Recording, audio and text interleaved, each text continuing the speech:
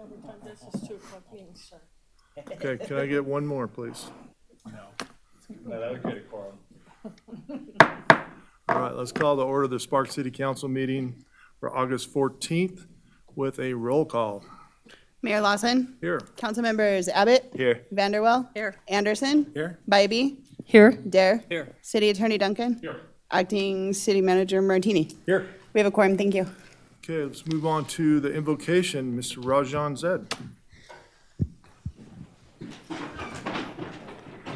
Starting with Gayatri Mantra, which is the most sacred mantra of Hinduism, I shall be reading from ancient Hindu scriptures, some as old as 1500 before the Common Era. I will read in Sanskrit, then interpret in English. Om Bhuvah Swaha Tat Savitur Varenyam Bhargo Devasya Dhimahi Dhiyo Yo Na Prachodayat. We meditate on the transcendental glory of the Deity Supreme, who is inside the heart of the earth, inside the life of the sky, and inside the soul of the heaven. May He stimulate and illuminate our minds. Astoma Sadgamya Tamsoma Jyotirgamya Mrityormamratam Gamya. Lead us from the unreal to the real. Lead us from darkness to light. Lead us from death to immortality. Tasmada sakta statam karyam karma samachara asakto hyacharan karma parma panoti purusha karma nevahi samsiddhi masita jankadaya loka sangreha mevapi shampa shankar tumrahasi. Strive constantly to serve the welfare of the world. By devotion to selfless, one attains the supreme goal of life. Do your work with the welfare of others always in mind. Om Saha Navavtu, Saha Navbunaktu, Saha Viryan Karva Bahai, Tejasvi Nava Ditamastu, Ma Vidvisa Bahai. May we be protected together, may we be nourished together, may we work together with great vigor, may our study be enlightening, may no obstacle arise between us. Samniva Kuti, Samna Hirdhyaniva, Samna Mastuvo Mano Yathava Susahasti. United your resolve, united your hearts, may your spirits be at one, that you may long together dwell in unity and concord. Om Shanti, Shanti, Shanti. Peace, peace, peace be unto all. Om. Thank you. Thank you, Rajan. Pledge of Allegiance, Mr. Anderson. Please join me in the Pledge of Allegiance. I pledge allegiance.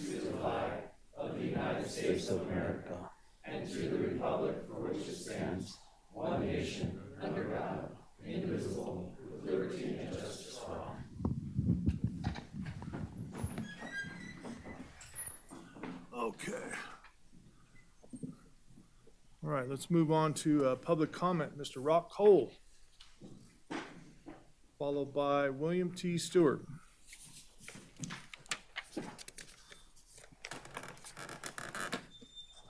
Okay. I think I've known by now. That's all right.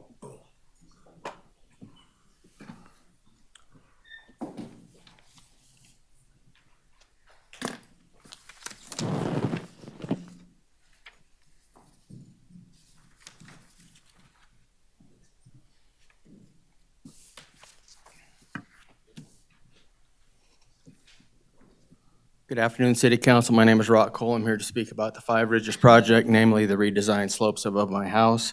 In the original meeting, Andy from Wood Rogers stated that the slopes would be sheet draining down onto the hillside the way they naturally do right now. In the House Moran letter, it states that until 70% coverage is achieved, which John Erickson, your engineer, said could be 5 years, the silt fence and BMPs need to stay in place. I want to show you the slope, one of the mixed slopes above my house.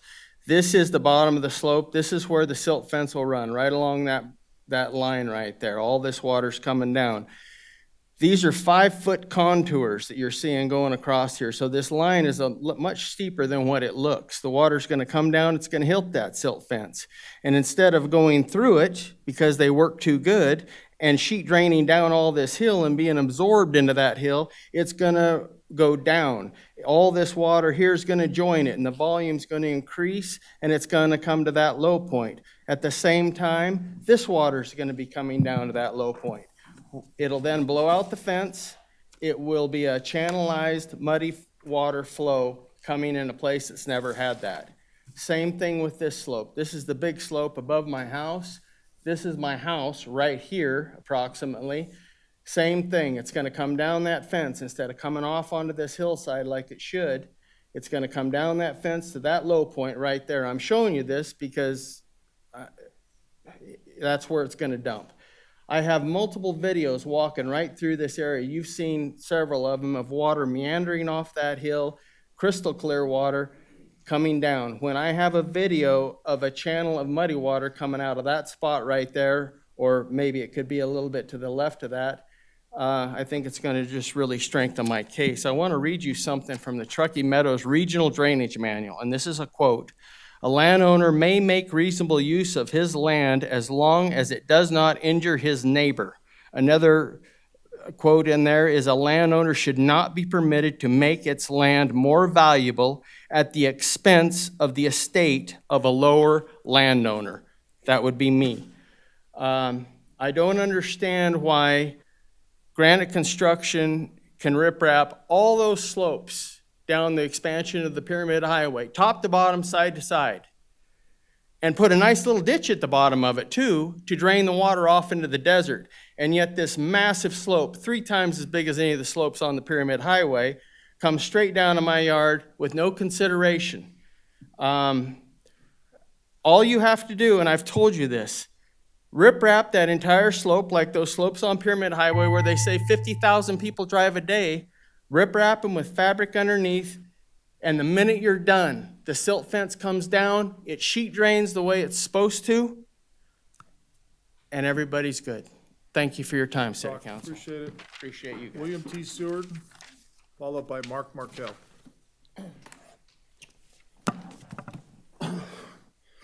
Good afternoon, elected officials. William T. Stewart for the record. Kind of a somber day here. 2 years ago to this day, the Caldor fire took off, burned for almost 2 months. Previously to that, the Dixie fire was already burning. So what I'm talking to you today about is the ability to be proactive instead of reactive. The Firewise community has been instrumental throughout the United States of protecting communities. The Caldor fire was a perfect example of that.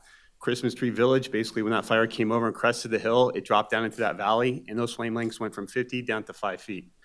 So as a past firefighter, I know firsthand that you can fight fires at 5 feet, not at 50 feet, making sure that we can do everything we can to be proactive and not make sure that another fire happens in our area. We had one July 4th that was caught quickly on the 4th of July, so hopefully we don't have any more fires like that. And then with Councilman Dares and Vanderwell, they've helped Vintage Hills become a Firewise community. So we've been a Firewise community for over 2 years. DeAndrea is one. I know that I talked to the new fire marshal, and he's talking about Firewise as well. So that's hopefully something that not only the city, but the county, and also trying talking to the state officials, our elected officials at the federal level, get laws on the books that we can basically have, like they do in California. Not that I want to bring anything else from California, but they have laws on the books that basically says you have to enforce defensible space. Chapter 60 of the Washoe County Code, there's ordinances, but they don't have any teeth. So if there's laws in the books that we can enforce to make sure that we can do this, that much better for all. Because everybody's seen what happened in Maui. Obviously, we don't live on an island, and we don't have a hurricane blowing down our door every day, but those winds happen every year. Whenever we have cold fronts come on board, we haven't had any rain, except for a little bit today. If we continue to have dry temperatures or hot temperatures and dry wind, and those cold fronts come on, just like the Collin Fire and the Little Valley Fire, those fires will rip through our community again. And what are we going to do to be proactive? That's what I'm asking you guys to get involved. Talk to our elected officials above you. I've already talked to Cortez Master's office and Rosen's office and Amadei's office and trying to get those guys involved. Whatever we can do from grassroots up to make sure that the next community doesn't burn down in sparks. Thank you for your time. God bless. Appreciate it. I have some handouts too. Can I leave those? With the clerk, please. Mark Markel. A Yucaipa man was in critical condition Friday at Loma Linda University Medical Center, where he was taken for treatment of head injuries after a car crash Thursday, authorities said. Mark Markel, 24, was thrown from a 1977 Datsun as it overturned on Live Oak Canyon Road at the eastbound Interstate 10 off-ramp at 4:30 p.m., said California Highway Patrol Amber Drysdale. The driver was driving south on Live Oak Canyon Road when he lost control of the car, struck a curb, and skidded into the off-ramp. The vehicle rolled over several times and landed on top of Mark Markel, Drysdale said. Thank you. Good afternoon, Mr. Mayor, City Manager, City Attorney, and City Council. My name is Mark Markel. I'm a concerned Nevada resident. I was in a drunk driving crash, as she read the newspaper article. I just want to be sure other people don't have that same thing happen to them. I was a passenger, and I can't walk. I just recently, about 5 weeks, I don't know how long ago it was, I fell on my face. I can't walk anymore. I used to use a walker, but I can't walk now at all. And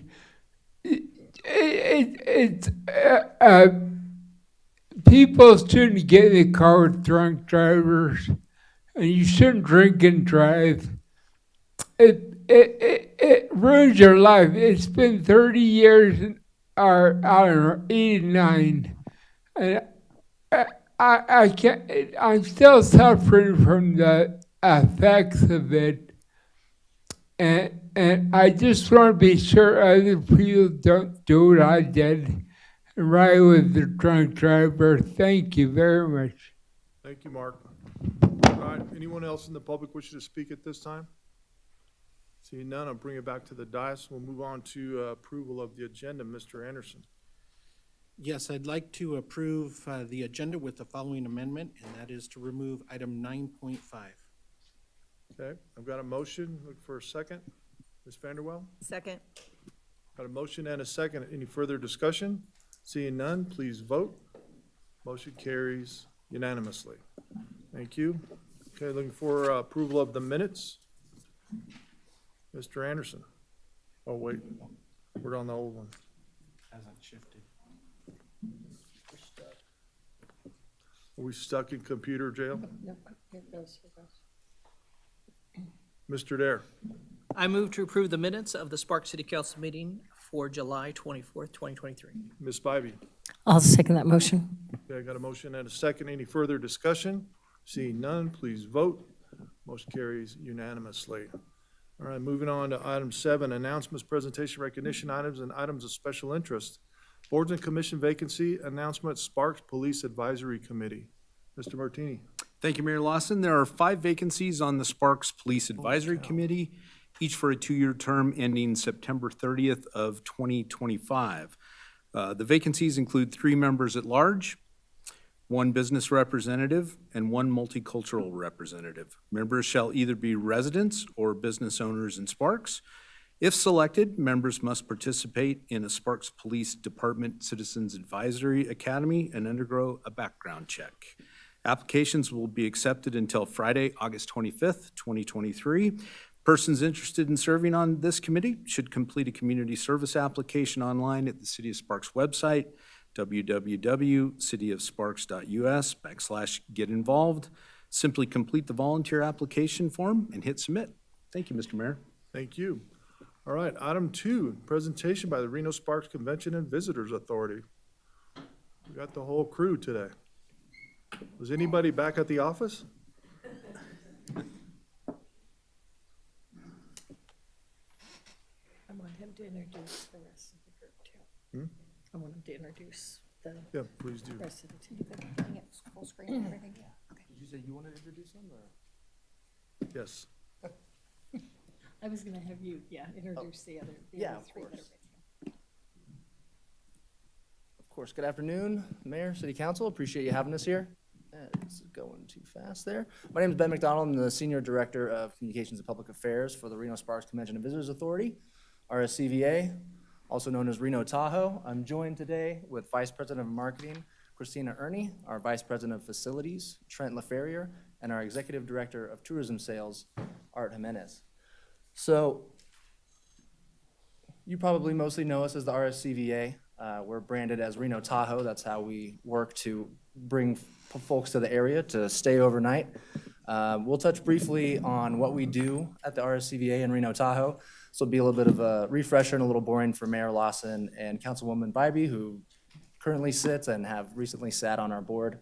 And then we'll discuss some of our recent activities and successes. But just to bring you up to speed, we are a quasi-governmental organization. We're a creation of state statute and governed by a 9-member board of directors, 1 elected official from each city of Sparks, city of Reno, and Washoe County. And then the remaining appointees are from the Nevada Resort Association, Incline Village, the Chamber, and Reno Tahoe Airport Authority. Now, last year, we were reorganizing and we went through and did our strategic planning process and developed a new vision and mission statement for the organization, focusing on the 3 primary things that bring people to visit Washoe County, which is our jurisdiction. Our mission is to attract visitors, overnight visitors, and we are funded based on room tax, and so our mission is to make sure that we bring in enough people to help pay the taxes here locally and also keep our organization afloat and to continue driving that visitation to Northern Nevada. And so we do a number of things. We collect and distribute taxes. We do a lot of research and reporting. We operate 4 venues in the destination, and primarily we are a marketing and sales organization. So convention sales is one of the easiest ways for us to track specifically our impact on the community. Right now, we have 7 regional directors located throughout the country. You can see them listed on the map. They're responsible for bringing meetings, conventions, trade shows, association groups, corporate groups to this area from all across the country. And so they're strategically placed to maximize their impact on bringing groups. The East Coast, Washington, D.C. area is by far the highest volume when it comes to organizations that have annual and association meetings, that travel for meetings. So it's very important that we fish where the fish are and have our people in market. And you'll see at the top, Vice President of Sales Mike Larragueta is our current interim president and CEO.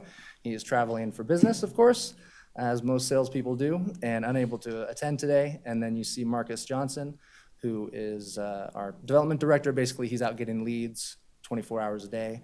And our sports development team is up there as well. Hugely important. Here's just a few of the groups that are coming soon. NAUGUS, the National Guard Association of the U.S., will bring about 4,000 people to the destination here within the next week. This piece of business was booked in 2018, as a lot of M&C business is. We book generally from 3 to 5 years out. Most of the business that you see when folks are staying at the hotels, whether at the Nugget or downtown, they don't book in the year for the year most of the time. Connect Grassroots and American Beekeeping Federation also come in 24-25. And then Shriners International is having their annual convention, the Imperial Session, here next June. That'll bring about 3,600 people to the area. So these 4 groups alone represent about 27,000 room nights in business for the area. Most of those in future years. NAUGUS, of course, will be here next week. Sports development, this is also a major part. This represents about half or a little more than half of what our convention sales department produces. Sports is huge business here in Northern Nevada. You see on the top left, that's a photo from Northern California Volleyball Association. Brings 14,000 volleyball players and their families here over 2 weeks every April to the Reno Sparks Convention Center. Down at the bottom left, it's definitely a smaller footprint, but something that we do for exposure on occasion. We'll bring in groups that maybe won't generate all the room nights that we want, but is putting us on the map for a larger, broader audience. That's a photo from the Davis Cup that was held at the Reno Event Center. And of course, Golden Eagle, we do our part to try to keep Golden Eagle, 98, 120% full, what is it? Throughout the year. 200%. 300%. So most of those groups that come in from out of town, softball, baseball, we have our hands in that pie as well. And United States Bowling Congress, this is also some of the work of our sports development part of the convention sales department. And you see 6 of the upcoming women's and open championships there from the United States Bowling Congress. USBC is by far our #1 customer when they're in town. We just had the Open Championship this year, ran from February to July, brought more than 50,000 bowlers to the destination over a 3-month period, which is just a phenomenal piece of business. You know, they built that building in 1995. We've tracked over $1 billion of direct economic impact in that almost 30 years. And the Open Championships that were just recently held here infused about $73 million of economic impact in the destination. And that's what we're here to do. So right now, we are currently in the process of building an indoor track that will be housed at the Reno Sparks Convention Center. That'll be here. It's being built in Italy currently. That'll be here in November of 2024 in time for the indoor track season. And this was an opportunity. Our board is always asking us to find activities, find things to bring people here in the off season, okay? So indoor track season is November through March, and that's a perfect time for us because that's when room nights are at their very lowest. You know, I always say there's event season in Northern Nevada, and then there's ski season. Well, now we'll have also indoor track season, and we're looking at bringing about 24,000 room nights of business in that first year.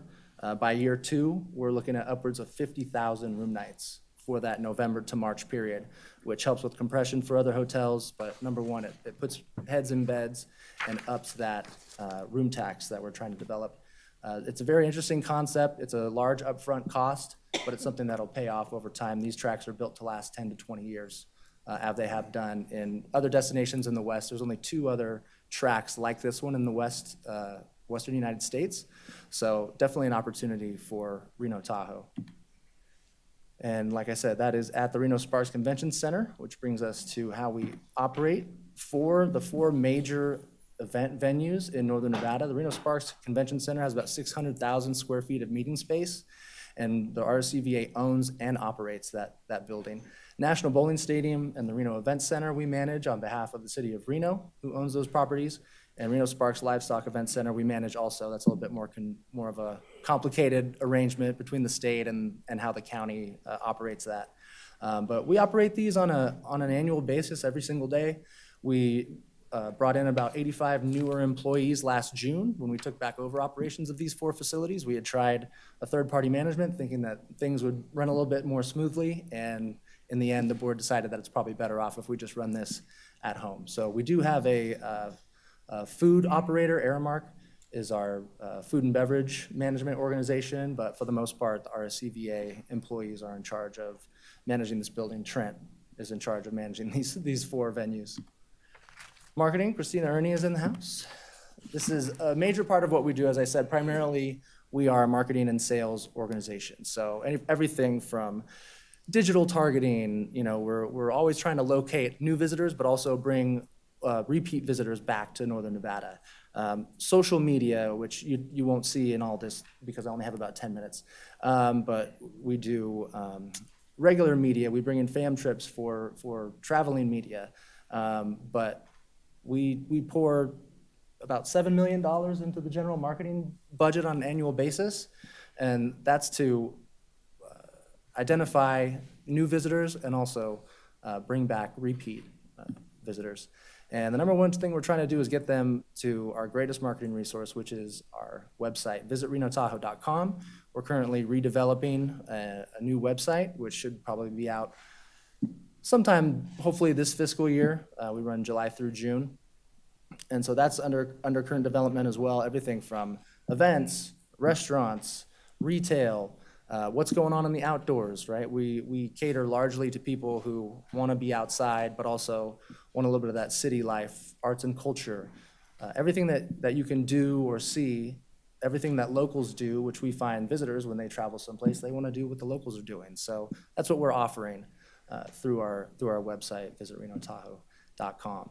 And special events are hugely important. In 2007, we developed a marketing sponsorship opportunity fund, and we've awarded more than $5.5 million through this fiscal year. We have about 39 events currently signed up that we are funding during this current year. And I do want to say, you know, the special event community lost a very important person, Oliver X, over the weekend. So we're all very, very saddened by that. He was a staunch proponent of Northern Nevada and the events arts and culture in Washoe County. So I just wanted to acknowledge him as a champion for one of the causes that we firmly believe are near and dear to our hearts in Northern Nevada, but also help bring people to the area and make life a little better for all of us living here. And tourism sales, Art Jimenez is here representing tourism sales. This gets a little bit more complicated even for me. These OTAs, Expedia, Priceline, things like this, you don't think too much of it if you're not in the tourism industry, but these aren't just platforms that you can't be active in. This is something that Art and his team are working on a daily basis to make sure that when you go and you're shopping for some place to go, that Reno Tahoe is, he likes to say, you go to look at the shelf and where you're looking first is on the top shelf. So Art keeps Reno Tahoe front and center on the top shelf at these websites where, it's a very generous amount of vacations are booked through these packaging platforms. So hugely important, generates upwards of 600,000 room nights per year for our destination. And that's not all they do in tourism sales. Lots of FAMs, they bring a lot of tour operators here, go to trade shows regularly. Sometimes Art's able to bring them here. Go West Summit was here a year or two ago. It's a huge event for tour operators, travel agents, and definitely a win for the destination as a whole to bring these trade shows here. But we also travel wherever they are, wherever the business is, we will be there making sure that Reno Tahoe is represented well. Research, we're always trying to find the next best thing. We got to know if what we're doing is working. One of the metrics that we look at is visitor volume, which has been increasing since 2020, which is great to see. There's a lot of changes in how we track a certain type of visitor, but overall, we know that room nights are doing well, the economy is healthy, and visitor volume, the visitor economy, is definitely on the upswing, you can see there. And Destination Analysts is a company that we're working with recently to help us track what the actual impact is. And I think, with all these big numbers, it's really easy to get lost in $3 billion of direct visitor spending, $207 million going straight toward the tax base here throughout the county and in the cities. But I think the most important number there is 36,000 jobs directly supported by tourism in Washoe County. Still one of, if not the top industry for Northern Nevada. Important that we support that. Here's a look at some of the monthly numbers over the last 2 years. Taxable room revenue, we just hit another record for that, about $478 million people spent on hotel rooms last fiscal year. We run July through June. So taxable room revenue, about 478 last year, was roughly 450 something, and that was the record, previous record. So things are very healthy. People are visiting, they're spending lots of money. We won't spend too much time on these. Cash room nights are even up about 0.5% over 2021. We're still not quite back to the 2019 numbers before the 2020 crash took a big hit on tourism there, but we were fortunate. We rebounded quickly because of our outdoor amenities throughout Northern Nevada. Average daily rate, if I were to show you back to 18 or 19, those numbers would be about $40 lower per month. So we're still considered a value throughout the country as far as places to visit, but the casinos, the resorts, our major hoteliers are definitely recognizing that we had some room to give there, and the rates are definitely driving those records in taxable revenue, which we're happy to see. Operating budget, so in fiscal year 22-23, which just ended after a couple augmentations because we were doing so well, our final operating budget was just over $46 million. And when you look at that, we're quasi-governmental. Fortunately for us, only about 30 to 35% of our budget goes toward payroll, and the rest of that goes right back into bringing business and sales and marketing. And again, like I said, we're not just a tax collection agency, we also are a distribution agency. Some of those numbers are a little bit bigger than others. I think the room nights in Reno represent about 70 to 75% of our total room nights throughout the destination. So that's why you see a little bit of an uneven balance there. But this is all mandated by statute. So we take the money in and we give it out just like we're told to do it. But I think this definitely shows a large impact that tourism has, not just on the businesses, but this is money going directly back into local government and to Travel Nevada as well. And we definitely always want to do things with the community in mind. I think that money go back in the community is huge. We bring people here in an effort to make sure that our economy is strong and lowers our taxes as well. I've never paid a state tax, which is great. I've been Nevadan my whole life, which I love. And tourism has done that for us. But, you know, we're also talking about stewardship and making sure that we're taking care of the land that we're on, taking care of our communities. And most recently, we've been working with the Lake Tahoe Stewardship, Lake Tahoe Destination Stewardship Plan, which is primarily about the Great Basin, but we can extend that into our region. We can extend that down the Truckee River. So we worked with an organization called Leave No Trace, and primarily with Matador Network, which is one of the largest international travel websites, basically to inspire travel. And we put together a video, and I think I have to get out of this real quick. And it's about a 3.5-minute video. I'm only going to show you the 30-second clip because you have other business to attend to. But this has been getting really good reviews from our partners in stewardship. And the basic premise is, you know, when you come here, treat this place like your home, wherever you're visiting through Washoe County, and don't leave it worse than it was when you got here.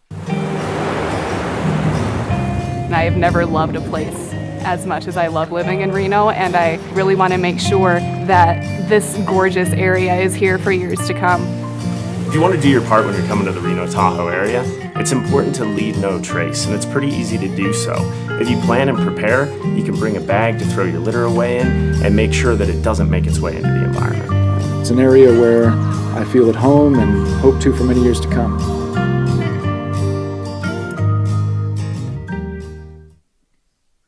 So that broader video basically takes you from Tahoe through the cities and down to all the way up, back up to the pyramid. Let's do that, sorry.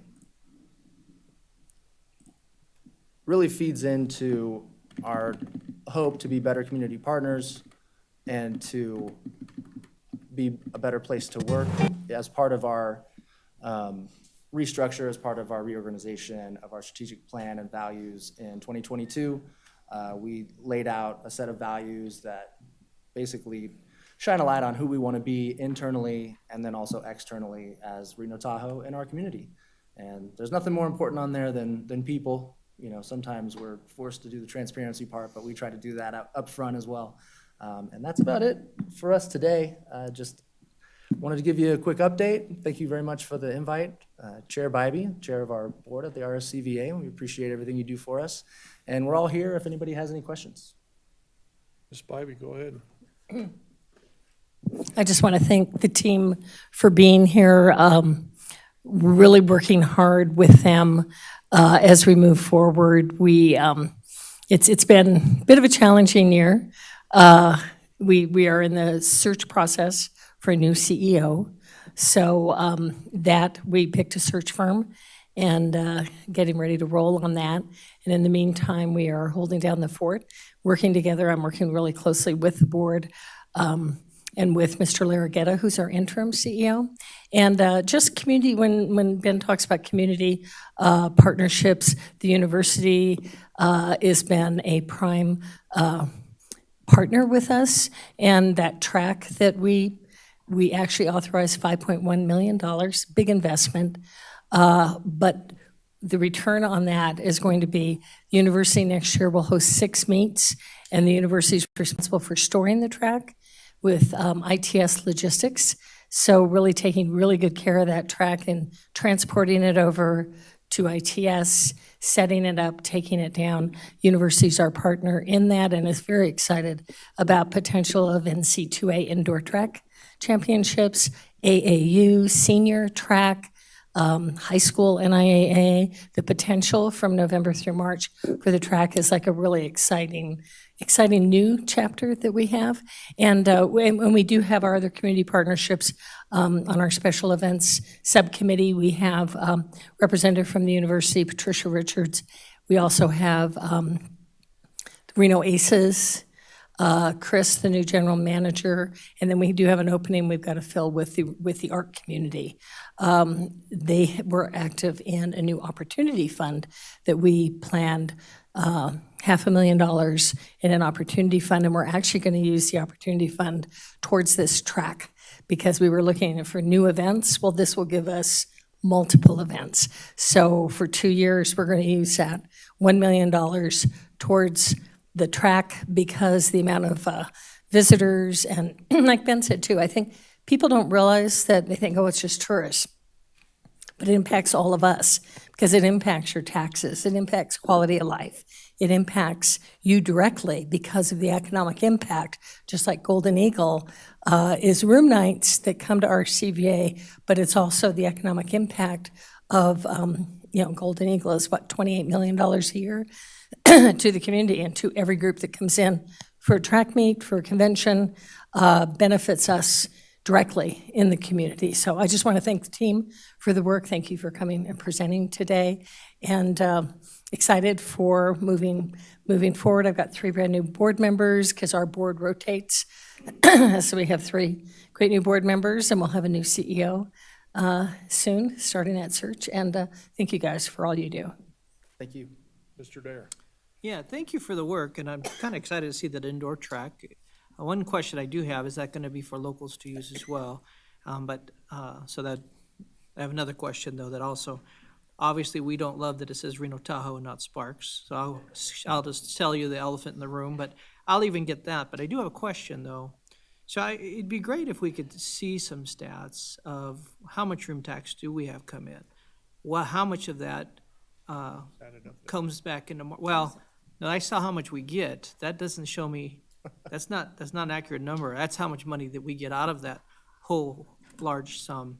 But I think it's pretty low compared to our room tax. And so my question is sitting there looking at that going, I get that it's an old number and you don't make that number. Charlene's doing a great job. She didn't make that number. Someone else did, but it might be something we need to visit and find a way to visit. But if there's any way we could ever see those kind of numbers, like how much room tax is coming in from us, just Sparks alone, and then how much are we getting back out of it? And then also, I'm interested in the one thing you can control is how much of the marketing percentage are you doing out of the events we have? And I saw some of them, so I appreciate you doing that.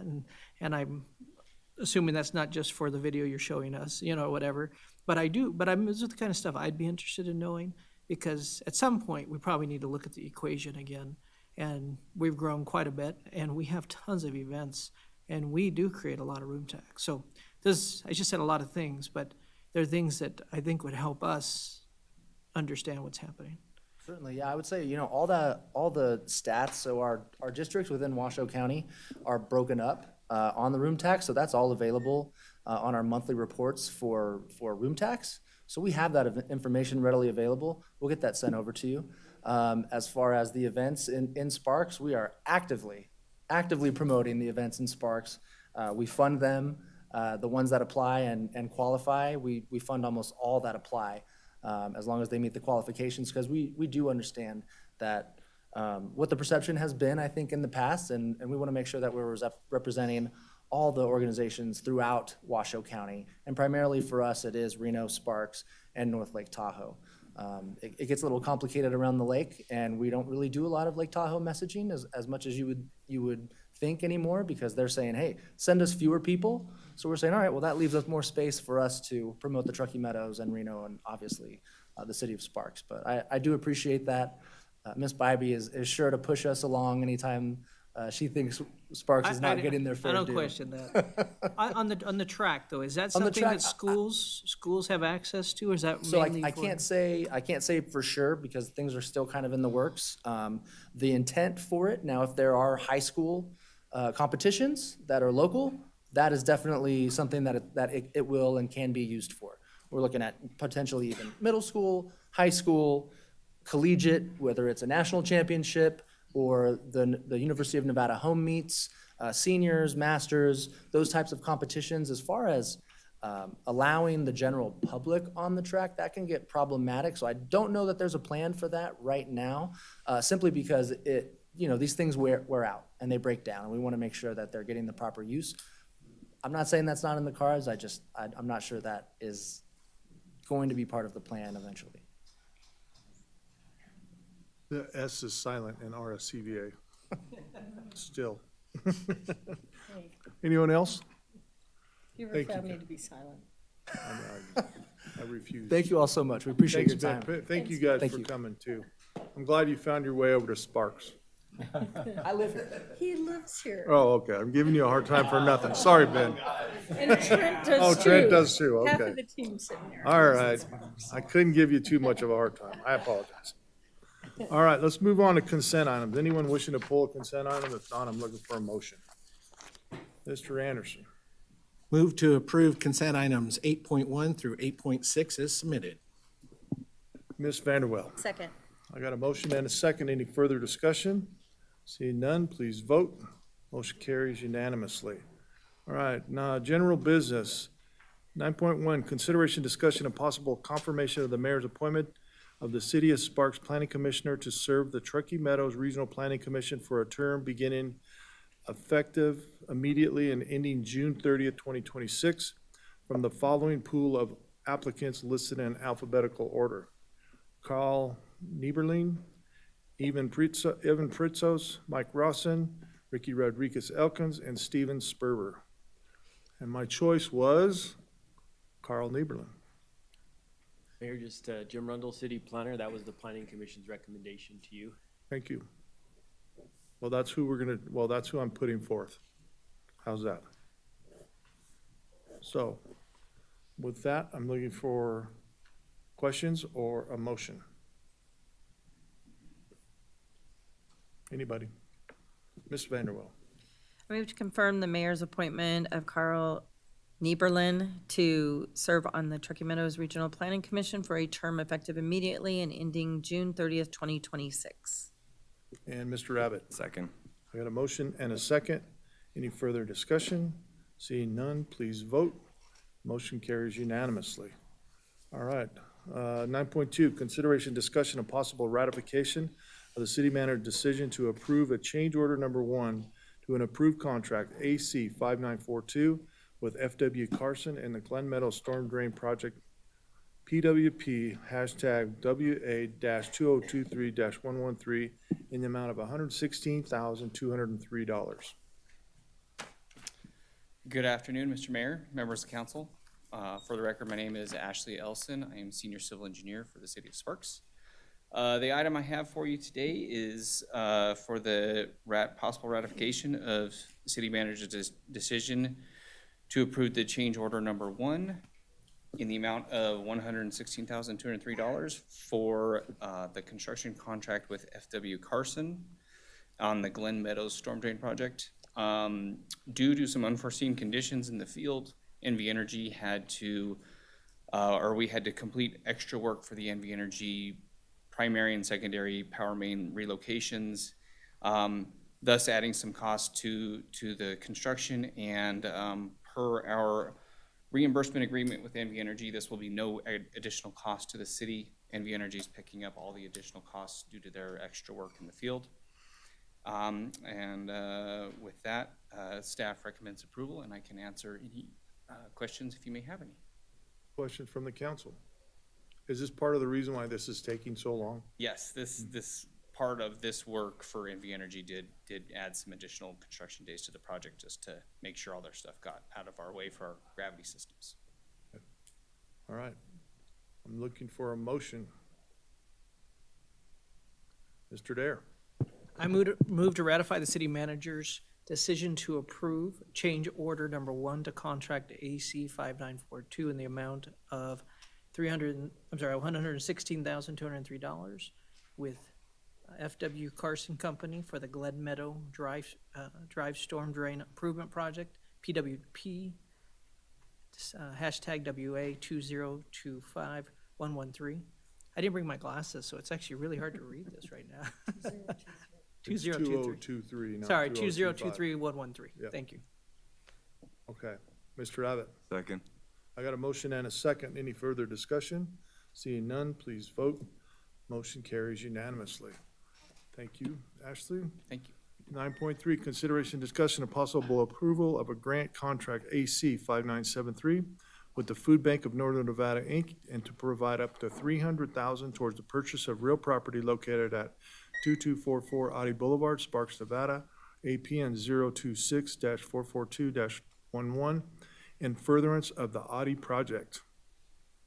Thank you, Mayor Allison. Lawson and City Council. For the record, I'm Allison McCormick, your Assistant City Manager for Management Services. I'm before you today with a contract with Food Bank of Northern Nevada.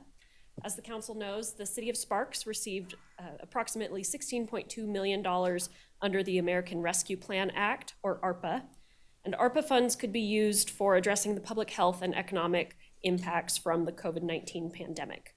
In Northern Nevada, increased food insecurity was one of those impacts. As a result, in September of 2022, the City Council approved a sub-grant agreement with the Food Bank to provide up to $300,000 of the city's ARPA allocation for direct food assistance. During the course of the pandemic, and in coordination with the Children's Cabinet, the Food Bank identified some additional areas of need beyond food assistance. Those included quality and affordable childcare, workforce development and job training, a community resource hub, a multi-use community meeting and classroom space, and wraparound case management services. In order to meet these needs, the Food Bank intends to purchase the property located at 2244 Audi Boulevard in Sparks and establish a multifaceted community center on that site, referred to as the Audi Project. The Food Bank would like to repurpose the funding that the city allocated back in September of last year toward the purchase of the property rather than direct food assistance. That use of the funds is not allowed by the original agreement, so staff is bringing forward a proposed agreement to supersede and replace that September of 2022 agreement. If approved, this agreement before you today would provide $300,000 from the city's general fund to the Food Bank to use toward the Audi Project. In order to keep the general fund whole, city staff would transfer $300,000 from the city's grants and donations fund into the city's general fund. In other words, there is no net cost to the city from this agreement other than that already approved in the September of 2022 agreement. Staff is recommending approval of this agreement. I am happy to answer any questions. Nicole Amboli from the Food Bank and Kim Young from the Children's Cabinet are also here if you have questions more specific to the project. Okay, any questions from the council? Mr. Anderson.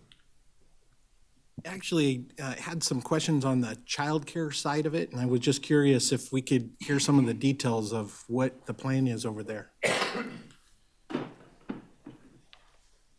By the way, congratulations on the $6 million grant from the governor's office. Thank you. Kim Young, CEO of the Children's Cabinet. Thank you. The childcare portion is, we are looking at bringing 100 new slots of care to the community. And this is an additional partnership, and that includes the Truckee Meadows, the Boys and Girls Club of Truckee Meadows. We've met with CEO Mike Worm. He is an excited partner in this project as well.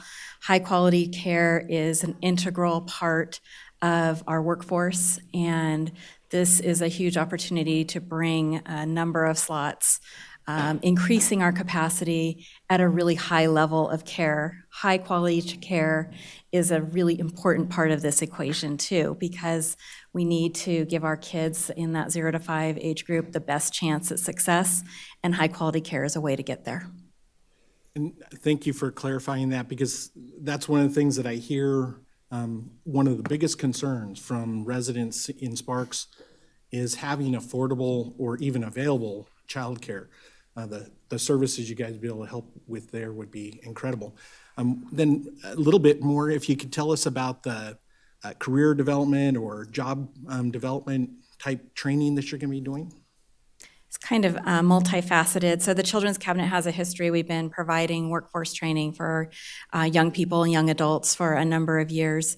We have a Department of Labor Youth Build program, so we're providing construction education, high school education goes as a part of that, and then hands-on construction in partnership with the Truckee Meadows Community College. Additional workforce training that the Cabinet has been doing for a while includes the ServSafe certification with the direct hire ability for young people to be placed into employment, and a retail certification, a CPR, OSHA 10. So we have a number of different areas where we've been working for years on giving kids and young people an opportunity to enter the workforce. It's all inclusive of case management and wraparound services so that we're really assessing all parts of their life and then helping them be sustainable in the employment that we help them find so that they can get that job and then keep that job. And if that first job doesn't work, we're there to catch them and provide that safety net so we can help them find the next job. So in the long term, we know that these are people that need some extra attention and extra time, and that wraparound case management is a really critical part of getting that long-term success in employment. I just want to say, it's amazing what you guys are doing, and the location is phenomenal. For those that may not be aware, the two lowest household income zip codes happen to be the one that you're looking to build this at, and then the one adjoining it in Reno. So thank you very much for what you guys are doing. This is an exciting project. Mr. Dare. Yes, and Nicole and Kim, thank you for your time today. It was very good to hear. I want to say that the things that really stuck out to me is the collaboration of everybody working together, and I just hope we continue to do that. I appreciate this as a regional effort that we all get to, but we are happy to house this right here in Sparks. So first I want to say welcome to Sparks. I know that this is your first official place in Sparks. But I do want to say one of the things just at large for anybody out there listening, our millions of people we like to say, is one of our big focuses is to really try to help keep anybody in their homes that are there and not just focus on when they're not in their home anymore because they couldn't afford it. And so what you guys are doing, this is the kind of efforts that I think are game changers, because if you take a couple $100 here off of childcare, you have food services, you have all these different things. Next thing you know, the dignity and everything that's there, people can stay in their home, and we can help assist that by assisting you. So it's a perfect combination. So thank you, good work, and please keep us informed how we can be of help. Mr. Rabbit. Definitely want to thank you ladies for taking me on a tour. It's neat to go inside that building. It's been empty for many, many days. It was just the other day I was actually having dinner at Sonora Hot Dogs, which is a great food truck right on the corner. And it was neat just to see that community come together that night, just sitting on there on a corner on a Friday night, watching everyone coming for dinner and just imagining this community gathering place that's going to be in this building. And just, it was a really cool kind of full circle to see not a lot of life going on in that building right now, but soon to be. So thank you. Thank you for doing what you're doing. Ms. Bybee. I love the whole concept, and just to echo what my colleagues have said, of all the aspects that you're trying to cover. It's not just, it's more than food, absolutely. I'm curious, you talked about the workforce, Children's Cabinet, doing workforce training, working with construction, with retail. What, in your other programming that you've been doing, what kind of success rate are you seeing of placing people, and then retention, and then where the end result, kind of what are your success rates, and how long have you been doing the workforce training component? Thank you. So our Youth Build program is our longest workforce training program, and we've been doing that for 9 years. And we have about an 85% success rate of having these young people employed for at least a year after they leave our program. And Nicole Amboy, for the record, CEO of Food Bank of Northern Nevada. We also will be bringing in a culinary workforce training program. Food banks around the country have been doing this for a number of years, and the success rate is extremely high. Obviously, this will be a new program, but we want to help those who seek jobs in the hospitality sector be successful in that. We are working with employers. We've also been talking with Truckee Meadows Community College because they have a culinary workforce training, but oftentimes there's barriers for people. So the idea would be that they would be able to start with our program and then perhaps transfer into Truckee Meadows. The other thing that we're really excited about is we have been speaking with the university. There's many students who obviously choose careers in human service areas, and this will give them an opportunity to get their practicums or internships on site at the Audi project once it's up and running. So we'll be providing workforce training at various levels, and really look forward to collaborating with the community on this opportunity. I will share with you that we were told at one point Don't worry about the location when we were talking about the concept. But for us, it has always been the location in the neighborhood. That has been critical, and we're excited to say that we own that parcel, and appreciate your support. Okay, anyone else? I heard about this program a year ago with Ann Silver came to my office, and I think you were there too, right, Nicole? And I was excited then. So when it came about and it passed through the legislature this year, I was very happy for you guys. It's a great addition to our community, and we welcome you to Sparks too, because this is a big deal for us. And what you guys are doing is really kind of unheard of, and it's really going to do a great good for our community. So thank you for that. Welcome. Okay, Mr. Anderson, did you have another comment? Or do you want to make a motion? I'll make a motion. Okay, I move to approve the grant contract AC 5973 with Food Bank of Northern Nevada Incorporated to provide up to $300,000 toward the purchase of real property located at 2244 Audi Boulevard, Sparks, Nevada, 89431, APN 026-442-11, in the furtherance of Audi project. Mr. Abbott. Second. Got a motion and a second. Any further discussion? Seeing none, please vote. They had already all cast their votes, so it's passed unanimously. Thank you, ladies. Appreciate it. All right, let's move on to 9.4, consideration, discussion, and possible approval of a resolution number 3432 governing deputy police chiefs' employees for the period August 14, 2023 through June 30th, 2025, with an estimated general fund increase of $31,826 in FY '24 and between $42,145 and $42,596 in FY '25. Allison. Thank you, Mayor Lawson. Again, for the record, I'm Allison McCormick, your Assistant City Manager. As the council is aware, the city establishes salaries and benefits for certain employees by resolution that group similar jobs together. If approved, this resolution 3432 would apply to the city's deputy police chiefs. In July of 2022, City Council approved Resolution 3408, which provided pay and benefits for those employees through fiscal year '25. However, changes to that resolution are needed to maintain equity and compensation within Sparks Police Department as a result of recent labor negotiations that concluded with Sparks Police lieutenants who report up to the deputy police chiefs. If approved, Resolution 3432 would make the following updates to salaries and benefits for the deputy police chiefs for the remainder of fiscal year '24 and all of fiscal year '25. First, the resolution provides for at least 10% separation between the top wage for lieutenants and the bottom wage for deputy chiefs. And the pay rates in Appendix A have been changed to reflect that separation.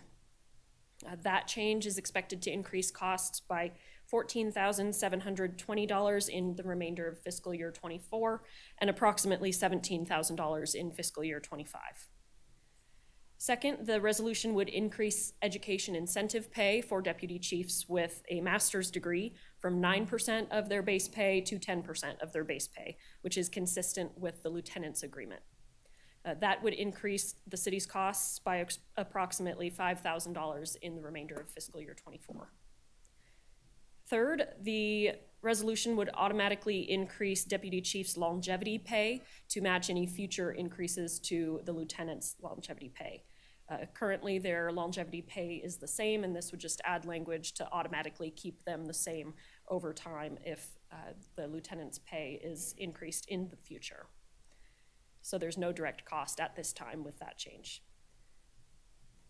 Next, the resolution would increase deferred compensation matching for deputy police chiefs from $125 per pay period to $500 per pay period, increasing the city's costs by $12,000 in the remainder of fiscal year '24 and by $19,500 in '25. The resolution would also remove the maximum hours of annual leave that these employees can accrue, and there is no direct cost associated with that change. Last but not least, the resolution would increase paid military leave from 15 days to 30 days in a calendar year, which is consistent with the collective bargaining agreement that council recently approved with the police lieutenants, and there is no direct cost associated with that change. Staff does recommend approval of Resolution 3432, and I am happy to answer any questions you may have. All right, questions from the council? Seeing none, I'm looking for a motion. Mr. Abbott. I move to approve resolution number 3432, governing deputy police chief employees for the period August 14, 2023 through June 30th, 2025, with estimated general fund increases of $31,826 in FY24 and between $42,145 and $42,596 in FY25. Mr. Dare. Second. Got a motion and a second. Any further discussion? Seeing none, please vote. Motion carries unanimously. Thank you. Thank you. Consideration, discussion, and possible approval of a grant program contract AC 5976 between the City of Sparks, City of Reno, and Silver State Fair Housing Council to provide fair housing outreach, community education, and increase public awareness of fair housing rights in the amount of $50,000, with the City of Sparks share being $25,000. Amy Jones. Good afternoon, Mayor Lawson, members of council. For the record, my name is Amy Jones, Housing Specialist. I am before you today requesting approval of the Community Development Block Grant Program contract for fiscal year 23-24 between the City of Sparks, City of Reno, and Silver State Fair Housing Council. Council approved the fiscal year 23-24 CDBG Annual Action Plan, which included an allocation of $25,000 to fair housing activities. As in past years, this is a joint agreement between the City of Reno, City of Sparks, and Silver State Fair Housing Council. The agreement is effective July 1, 2023, and expires June 30, 2024. In the amount not to exceed $50,000, with the City of Sparks share as $25,000. The City of Sparks identified fair housing as a priority and partnered with Silver State Fair Housing Council over 25 years ago to support their mission of providing fair housing advocacy and resources to City of Sparks and Washoe County residents. During the past year, Silver State Fair Housing Council has provided training to City of Sparks staff, presented to the City of Sparks Equity and Inclusion Advisory Board, and conducted numerous trainings for the community, including property managers, realtors, nonprofits, and government agencies. Staff is recommending the approval of the agreement between City of Reno, City of Sparks, and Silver State Fair Housing Council, utilizing the fiscal year 23-24 CDBG funding. And I'm happy to answer any questions. Staff from Silver State Fair Housing Council are also here if you have questions for them. Questions from the council? It was a great presentation. There's no Thank you. questions. I'm looking for a motion. Ms. Vanderwell. I move to approve a grant program contract AC-5976 between the City of Sparks, City of Reno, and Silver State Fair Housing Council to provide fair housing outreach, community education, and increase public awareness of fair housing rights in the amount of $50,000, with the City of Sparks share being $25,000. Mr. Anderson. I will second that. I've got a motion and a second. Any further discussion? Seeing none, please vote. Motion carries unanimously. 9.7, consideration, discussion, and possible approval of a grant program contract AC 5977 between the City of Sparks and Eddie House to provide community development block grants funds in an amount not to exceed $75,909 to support the Eddie House's provision of shelter and services to youth experiencing homelessness in Washoe County. Amy Jones. Good afternoon again, Mayor Lawson and members of council. For the record, my name is Amy Jones, Housing Specialist, and I am before you today requesting approval of the Community Development Block Grant Program contract for fiscal year 23-24 between the City of Sparks and the Eddie House. The fiscal year 22-23 CDBG Annual Action Plan included an activity to allocate funds to nonprofits that provide services and support to youth experiencing homelessness in Washoe County. Staff solicited bids, and we received one bid from the Eddie House. Council approved an agreement with the Eddie House at the February 13th, 2023 council meeting, and this agreement did expire on June 30th of this year. Council approved To continue the homeless youth activity in the fiscal year 23-24 CDBG Annual Action Plan, allocating $75,909 to this activity. HUD has recently approved the city's annual action plan, and staff is proposing to continue the partnership with the Eddy House and enter into a new agreement for the upcoming fiscal year effective July 1 and expiring June 30 of 2024. The proposed agreement includes the same reporting requirements and goals, and the Eddy House will be required to provide quarterly reports on goals and objectives, outcomes, number of youth served, services provided, demographics, financial expenditures, and a quarterly narrative. The two graphs demonstrate the outcomes of Goal 1 and Goal 2 for the period of January 1 to June 30 of 2023. The prior agreement with the Eddy House was effective on February 13th of 23, which included the Eddy House hiring a client service coordinator. So this did provide a short period for each of these goals. So keeping in mind when you look at these graphs that the goals, which are the blue bars, are for a 12-month period, and the year-to-date figures, which are the orange bars, are for a 6-month period. The proposed new agreement will continue to allow the Eddy House to obtain these goals. I would like to note on goal number 1, tracking clients receiving GED and diploma, the goal is to have 226 youth over a 12-month period have a diploma or GED. As I mentioned, the graph does reflect the goal as 12 months and the year-to-date as 6 months. So the Eddy House will be assessing this process and tracking. Goal number 2, tracking the successful exits of youth from the emergency shelter. Eddy House staff did explain that this can be difficult as some of the youth may leave and not provide where they're going. So to be able to determine if that's a successful outcome or exit can be challenging.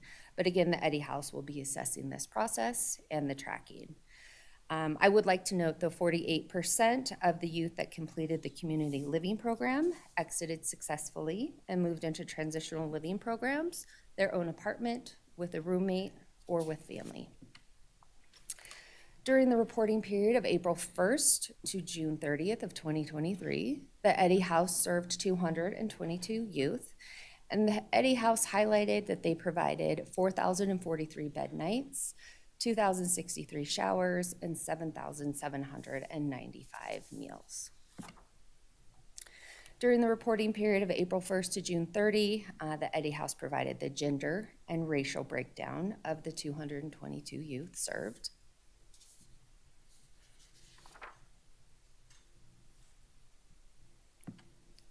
And the prior contract was effective February 13th, 2023, as I've mentioned, and it expired June 30 and supported 1.5 FTEs. During this period, the Eddy House submitted a total of $15,690.66 in expenditures.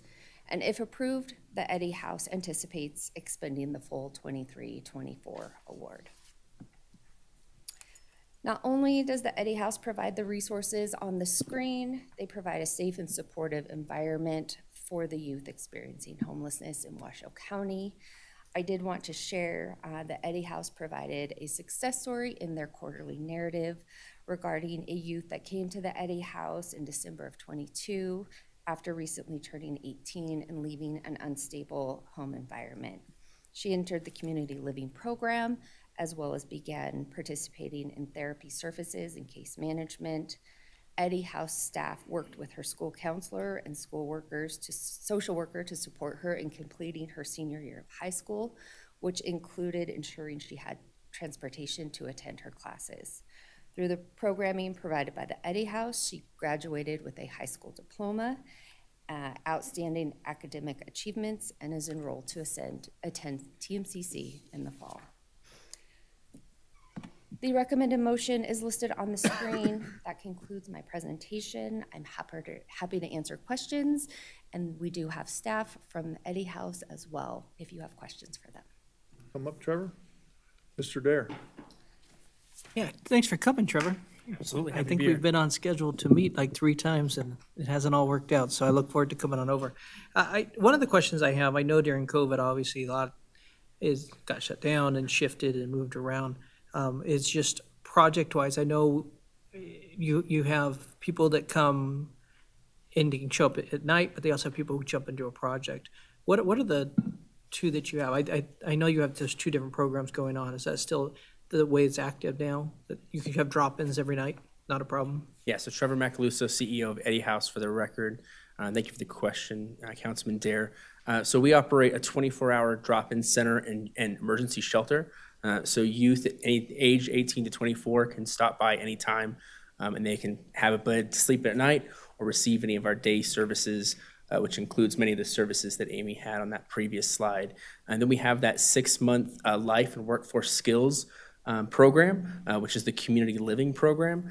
We've developed the programming with that in partnership with the university on what are the key domains that help youth transition to adulthood most effectively.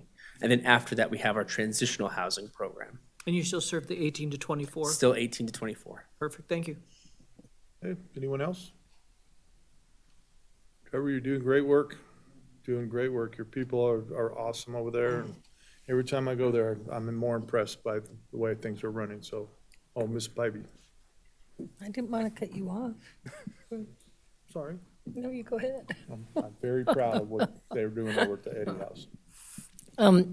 Eddie House has been one of my favorite nonprofits back when you didn't house people overnight. You know, when it was really, that was a tough situation, yet still bringing kids in for services, for food, for connecting them to workforce, to and really was making an impact back then. But the difference since you've been able, the new facility and being able to overnight, and really your program, your community living program, phenomenal.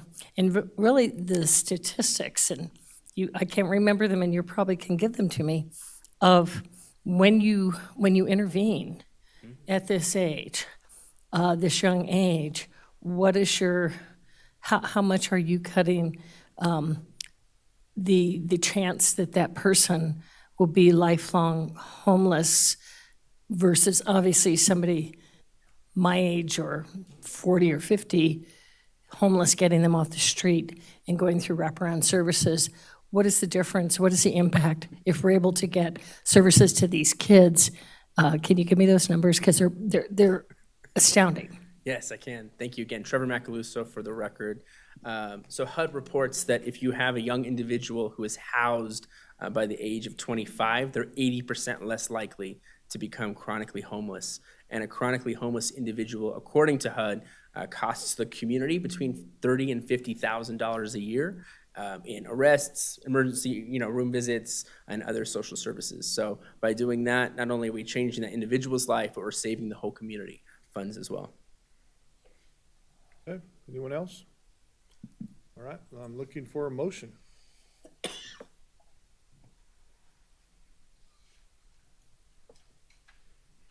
Don't everybody jump at once. Bueller. Mr. Abbott. I move to approve a grant program contract AC-5977 between the City of Sparks and the Eddie House to provide community development block grant funds in an amount not to exceed $75,909 to support Eddie's House provision of shelter and services to youth experiencing homelessness in Washoe County. Mr. Dare. I second it, and I would have motioned it, except there's a lot to read, and I think said I didn't bring my glasses. I needed the younger eyes to read it for me. I thought you were gonna go for it too. Here, we can solve your glasses problem. Oh, yeah, thank you. Okay, I got a motion and a second. Any further discussion? Seeing none, please vote. Motion carries unanimously. Thanks, Trevor, appreciate it. Now I look like Ed Lawson, that's great. Yeah, those are, I buy those in bulk. 9.8, it was actually a 10-pack. 9.8, consideration, discussion, and possible direction, the city manager accept the appropriation of $1.5 million for fiscal year 23-24 and $1.5 million for fiscal year 24-25 to the city of Sparks through Assembly Bill 396 from the state of Nevada General Fund for the purpose of rental assistance and take appropriate action to support the administration of these funds. Miss Amy. Hi, Mayor. Good afternoon, Mayor Lawson, members of council. Again, for the record, my name is Amy Jones, Housing Specialist.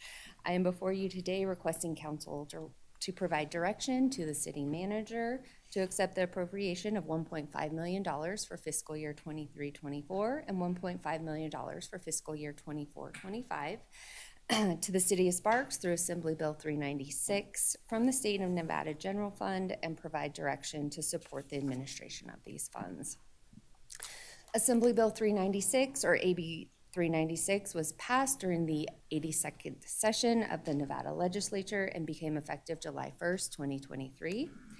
AB 396 appropriates a total of $18 million for funding from the State of Nevada General Fund for the purposes of providing rental assistance. The three jurisdictions identified in the bill to receive the funding are Clark County with an appropriation of $12 million, City of Reno with an appropriation of $3 million, and the City of Sparks with an appropriation of $3 million. The funds do not have to be paid back and will be dispersed to each jurisdiction over a 2-year period. As detailed in section 1.7 of the bill, the City of Sparks will receive $1.5 million in fiscal year 23-24 and $1.5 million in fiscal year 24-25. AB 396 states the City of Sparks must use the funding toward programs for rental assistance. Approval of the bill was July 1st, 2023. All funds for fiscal year 23-24 must be expended or incurred by June 30th of 24. Any remaining funds must be returned to the State of Nevada General Fund by September 20th of 24. Fiscal year 24-25 has similar expenditure dates and requirements, and any funds not spent must be returned to the State General Fund by September 19th of 25. In addition, the city is required to provide a report to the Interim Finance Committee on or before December 20th, 24, describing each expenditure made from the date the money was received through December 1st of 2024, as well as the city will be required to provide a final report to the Interim Finance Committee on or before September 19th, 25, again describing each expenditure from the date the money was received through June 30th of 25. As defined in the bill, the funds must be used for programs for rental assistance for persons who are elderly, persons with disabilities, families, or persons facing an unanticipated emergency. Two needed rental assistance programs include eviction prevention and senior short-term rental assistance. Households facing eviction due to an emergency or hardship may only need a few months to help the household stabilize. This could allow the household to remain in their home while they find a new job, repair a vehicle, or care for a sick family member. Washoe County has seen rents increase and remain high over the past couple years. And as we heard from the Senior Citizen Advisory Board, there's a need for rental assistance for elderly and disabled households. Elderly and disabled households that are receiving a fixed income, such as Social Security, VA benefits, or a pension, are put in very difficult situations when they are faced with a rent increase because many of them cannot increase their income. These households are faced with making the decision to pay rent over purchasing food or medications. If an elderly or disabled household were provided with a short-term rental assistance to pay their rent for a set period of time, for example, 6 months, this would allow them the opportunity to find perhaps a more affordable unit. The city is currently administering a lot of great programs utilizing our CDBG funds, CDBG COVID funds, our Home Means Nevada Initiative funding, and staff does not have the capacity to administer a rental assistance program at this time. The city could partner with an agency that does have the experience and capacity of administering rental assistance programs to ensure the funds get into the community quickly, keeping in mind the funds have to be spent by June 30, 2024. The city was approached by both the City of Reno and the Reno Housing Authority, offering to administer the funds on behalf of the city. The City of Reno proposed a 15% administrative fee. Applications would be submitted through the City of Sparks application portal. Funds would be used on the City of Reno's existing programs, and funds were requested to be used throughout the region. The RHA proposed a 10% administrative fee. City staff could assist residents in completing applications. The city can design the parameters of the rental assistance program, and funds would be used in the City of Sparks only. Not that I need to, but I would like to emphasize further the need for rental assistance in the City of Sparks. As you're aware, the city partnered with Washoe County in March of 2023 to assist City of Sparks residents facing eviction. City staff met with the resident at City Hall and assisted in submitting the application. And then Washoe County reviewed the application, approved, and coordinated payment with the landlord. Washoe County has stopped accepting applications as of July 20th, 23. The funding required that households earn less than 80% of the area median income and have experienced a financial hardship. During the period of March 15th, 23 to July 19th, 23, Sparks staff assisted 107 residents, of which 92 were approved. Washoe County expended $468,046 assisting City of Sparks residents between all community partners, and City of Sparks staff submitted applications requesting a rental assistance for City Sparks residents totaled $392,659. The average number of months assisted that was requested was approximately 3 months. The rental assistance payments helped cover back rent, current rent, or future months to help the household stabilize. This partnership allowed city staff to support the residents through the one-on-one interaction, while Washoe County provided the bulk of the resources. Staff is proposing a similar partnership with the Reno Housing Authority and recommending council provide direction to the city manager to negotiate a contract with the Reno Housing Authority. The recommended motion is on the screen. That concludes my presentation, and I'm happy to answer questions. Questions from the council, Mr. Dare. Yeah, my one question is. I'm sorry, you guys. I get so excited sometimes on these presentations. I didn't share the screen with you. Hopefully that's helpful. What? Oh, okay. Did I?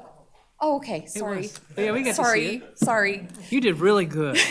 No, that was actually a great presentation. yes, My only Councilman question Dare. is, and I think I know the answer to it, but I want us at large, make sure it's out there, is that we can do that this time. We have another 1.5 we'll look at, and we can revisit. Will this come back to us before we just move on to the next 1.5?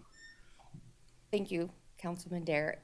Should the council provide that direction to move forward with negotiating an agreement with the RHA, then that could be part of that agreement, what that looks like for the next year. We would have to obviously put that agreement together, but that could absolutely be something considered year over year. My question is I would like us to be able to evaluate what they did in this thing and look at it and see if that's where we want to put, but in a timely manner, that if there's something else we want to look at, we can. Or if they're doing a great job, then we just say, hey, they're doing a great job. But either one, that we could evaluate what's happening. And I think that's absolutely a great point, and we would want to make sure those funds are being expended. I can tell you, I don't want to give any money back to the state, so we do want to make sure that they are being spent. Does that have to be in this motion that we're doing that, or is that automatic? So my question has to do with, I don't want it to go and then all of a sudden we're like, well, we should have asked. Thank you, Mr. Mayor. Councilman Dare, to your question, I think as we sit here today, we are looking at kind of two things. One, do you want to accept the money from the state is the first question. And two, staff is proposing that we bring forth, if you give direction today, we'll go forth and negotiate with the Reno Housing Authority and come back with a contract. If it is the council's pleasure to further provide direction, should you go in that direction, that you would like the contract to be for 1 year with the option to either renew or renegotiate in year 2, we could certainly work that through the contract.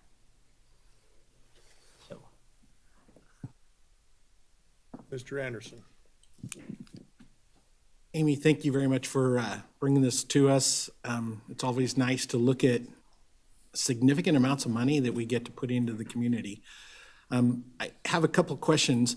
So first, I want to say I really do agree with you. I think we should be looking towards a Reno Housing Authority. That way we know it's going to be for Sparks residents and not just the community as a whole. So that's the first thing. And then the second thing, I just want to make sure I understood and understand when you said the short-term, the senior short-term, and you mentioned 6 months. Is that actually where the cutoff is 6 months, or is there any flexibility there? Thank you, Councilman Anderson. That would be as we design this program. And again, if we move forward with negotiating agreement with the Reno Housing Authority, looking at what the best time frame would be for those seniors to find a new unit, knowing that that could take some time. So we would discuss if 6 months is a good number. Is there flexibility to add an additional 3 months if they're not able to find something? That would be up for discussion, what's going to work best for our seniors. Okay, thank you. And then just one more question. From your opinion, do you foresee that we can use that 1.5 million, that we have the demand here in our city? Yes. Okay. Yes, and part of that goes back to looking at these figures here on the screen as to what was spent in that short period just in the city of Sparks, which is that $468,000. And that was just about a 4-month period. So I do believe, yes, we can absolutely do that. Awesome. And then, yeah, I guess my last comment would be if we didn't think we could do it, then it would be wise to utilize it within the community. But if you think we can do it all here in Sparks, got it. Thank you. Pretty darn close. 468 times 3. That's 4 Would be right months. there. Yeah. Ms. Bybee. Thank you, Mr. Mayor. I think as far as the motion that is on the page right now, we're accepting the 1.5 plus the 1.5. I don't want to put any conditions, because then it kind of looks like, oh, we're only going to take 1.5 now, and then we'll decide if we like how it's working. We'll do the other 1.5. That's not an option, I don't believe. So I don't want a condition on this. I would, however, agreeing with Councilman Dare, be very interested in seeing after year 1, what is our progress? How many people are we helping? And can we do better the next year? And Reno Housing is the only option for me because it stays in Sparks. If we went with the city of Reno, they can spend it anywhere in the region, and Sparks residents might not get anything. So not even an option for me. The RHA that will utilize it for the residents in Sparks.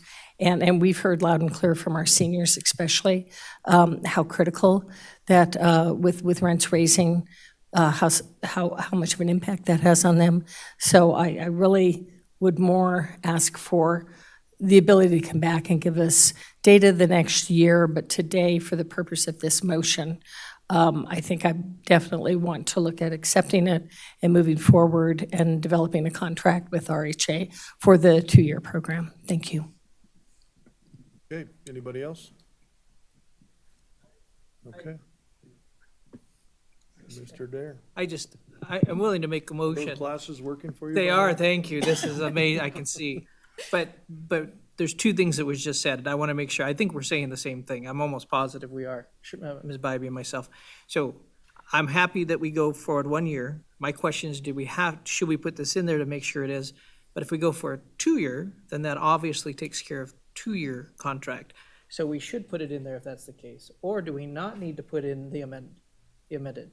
I mean, I'm asking, I get what she's saying. I agree with her, except if you do a 2-year, then that is the 2 years. Councilman Dare, I know that our city planner, Jim Rundle's put a lot of thought into this, so I will defer to him. Thank you. Thank you, sir. Thank you, through you, Mayor Lawson, Council Member Dare. The proposal, I believe I understand what you are proposing. And I did understand it differently from what Councilmember Bybee said. But what I want to throw out there is if a council does not want to direct staff to essentially enter into a contract with the Reno Housing Authority for 2 years, and you'd like to see the performance in the year 1 that you ask for this in about 6 months. The issue that we had is the fiscal year started on July 1st, and here we are in August. If you would direct us to go forward to the Housing Authority, they would still need to take it to their board to approve the details and such that we outlined. I anticipate that could happen in September, not allowing us to essentially get started until about October 1st. So we will be, as you saw the slide we had prepared for you on, do we have the opportunity to spend that much money within a year? We are at a little bit of a late start in getting moving. So if the council's prerogative was to see the performance of the Housing Authority, Reno Housing Authority, and getting that money into the community, we would probably want to come back in approximately 6 months to see how that is going. Thereby, we would have the opportunity to make a move for year 2. But I do hope, as staff's recommendation is you accept, as you outlined, Councilmember Bybee, to accept the entire $3 million, $1.5 for each year. And if the council's prerogative is to potentially explore someone differently in year 2 or identify how RHA is doing in year 1, it would be a return to this council in about 6 months. Thank you for the clarification. Perfect. Okay. So Anyone else? consistent with that, Mr. Mayor, I think then if the motion is what Mr. Rundle just said, you can say negotiate a possible contract term for the current fiscal year with it if you're wanting to revisit it at that time. You want to take 5 minutes and get this the way you want it? Let's take a 5-minute Totally. recess and get the motion the way you want it, and let's bring it back. No, I can't support that. I can't support it. Why? You do 2 years because they're gonna start.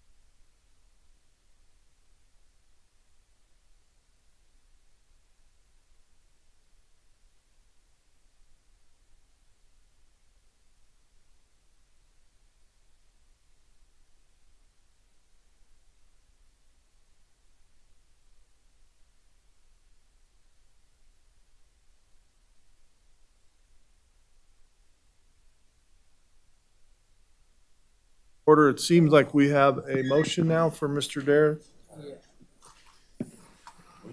I'm pushing. There you go.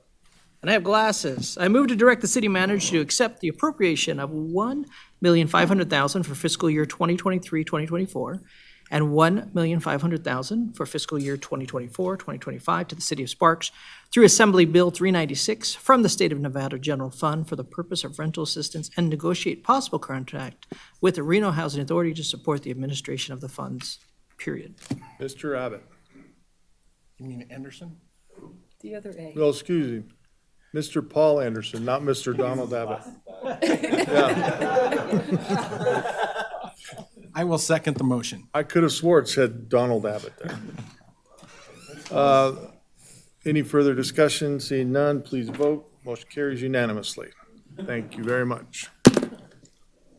Okay, this is a public hearing.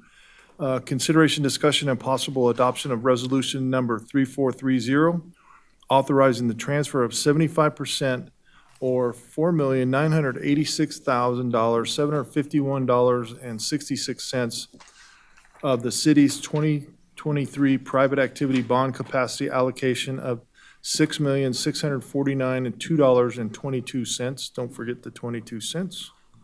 To the Nevada Housing Division to be used towards affordable housing programs.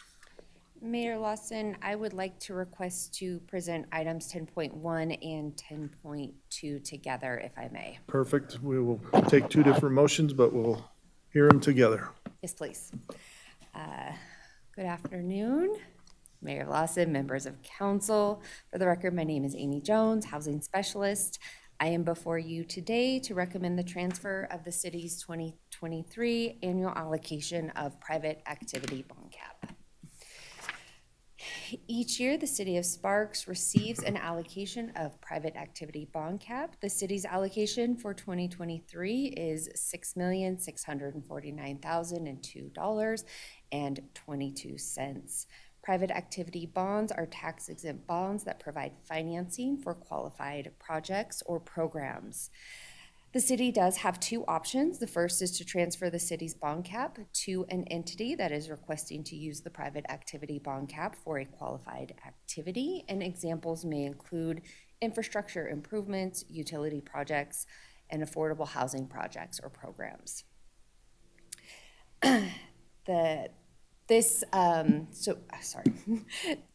Should the council choose to transfer the bond cap, this allows projects that benefit City of Sparks residents.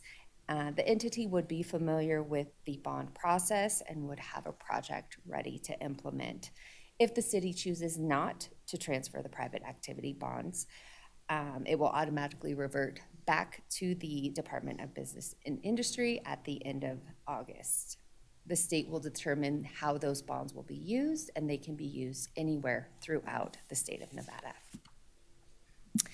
In recent years, the city has received requests from both the Nevada Housing Division and the Nevada Rural Housing Authority to support their homeownership programs and multifamily rental projects.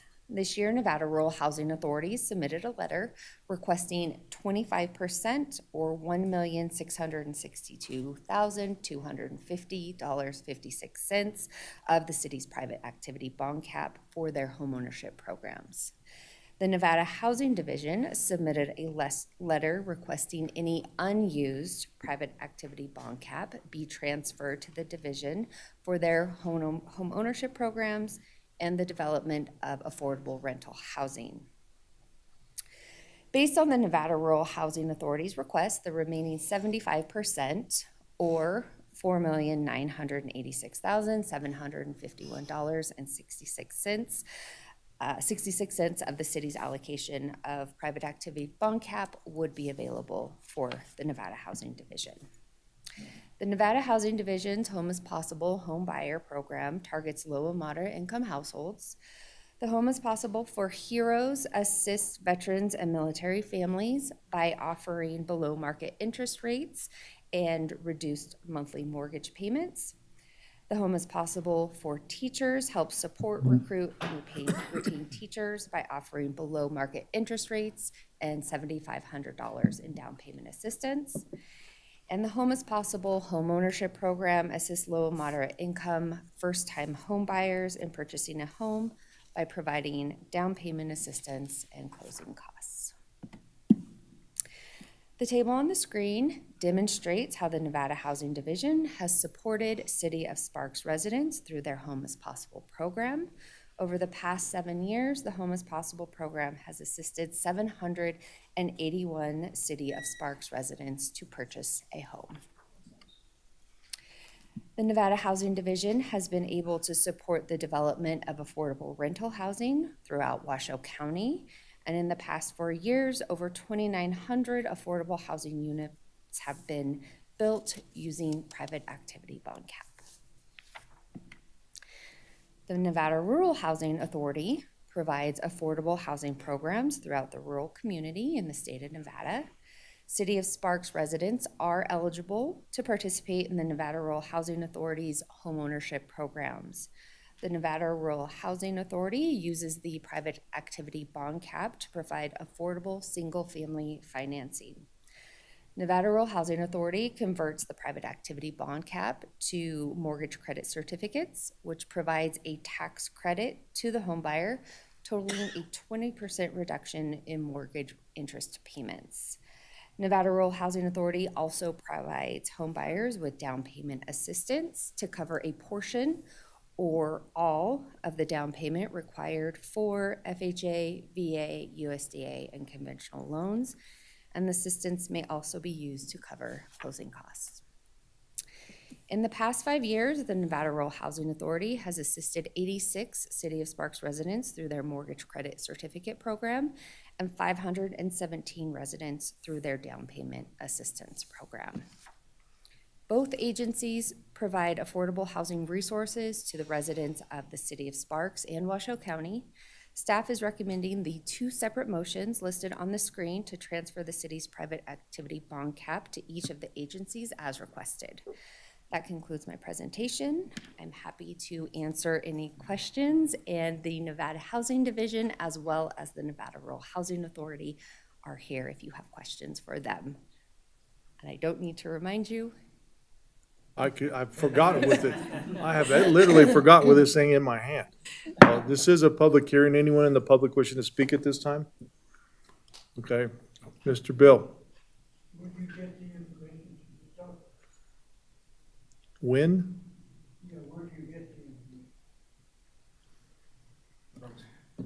The information for each of the programs can be obtained either through the Nevada Rural Housing Authority or through the Nevada Housing Division.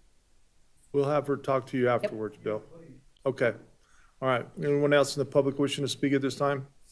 All right, we'll bring it back to the dais. Questions from the council? If not, I'm looking for a motion. This is on 10.1, by the way. Ms. Vanderwell. I move to adopt Resolution 3430, authorizing the transfer of $4,986,751.66 from the city's 2023 private activity bond capacity allocation to the Nevada Housing Division for its affordable housing programs. Okay, Ms. Bybee. I second that motion. Got a motion and a second. Any further discussion? Seeing none, please vote. Motion carries unanimously. I'm looking for a public hearing. 10.2, anyone in the public wishing to speak at this time? Seeing none, we'll bring it back to the dais. Mr. Mayor, if you would read the agenda item, though, into the record. Okay. Public hearing, consideration, discussion, and possible adoption of resolution number 3431, authorizing the transfer of 25% or $1,662,250.56 to the city's 2023 private activity bond capacity allocation of $6,649,02.22 to the Nevada Rural Housing Authority for its affordable housing programs. Now we're looking for a motion. Mr. Dare. I move to adopt resolution number 3431, authorizing the transfer of $1,662,250,056 from the city's 2023 private activity bond capacity allocation in the Nevada Rural Housing Authority for its affordable housing programs. Ms. Vanderwell. Second. We've got a motion and a second. Any further discussion? Seeing none, please vote. Motion carries unanimously. Okay. 10.3, Madam Clerk, public hearing, second reading. I give you the long ones. I appreciate that, Mr. Mayor.